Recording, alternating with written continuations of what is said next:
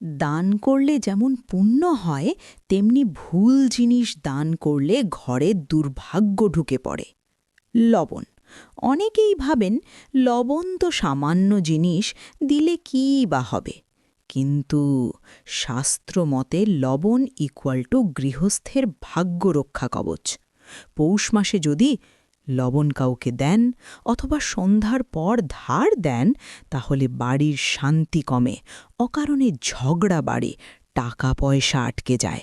অনেক পরিবার বুঝতেই পারে না দুর্ভাগ্যটা কোথা থেকে ঢুকল। আগুন বা প্রদীপের জিনিস।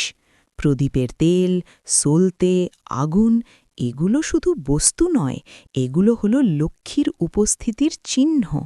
পৌষ মাসে এগুলো কাউকে দিলে নিজের ঘরের আলোর ভাগ অন্যের হাতে তুলে দেওয়া হয়। নতুন বছরে সুযোগ এসেও হাতছাড়া হয়। চাল বা রান্না করা ভাত।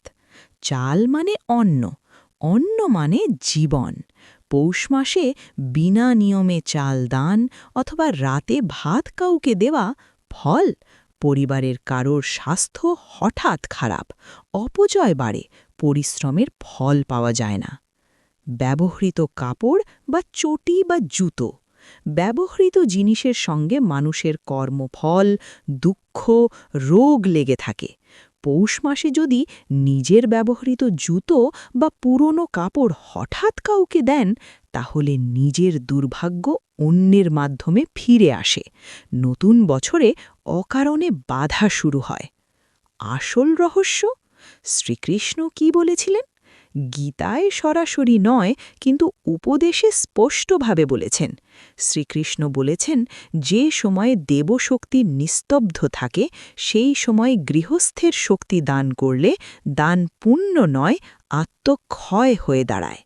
তাই পৌষ মাসে দান করবেন নিয়ম মেনে, নিজের ব্যবহৃত জিনিস দান করবেন না, সন্ধ্যার পর কিছুই ধার দেবেন না।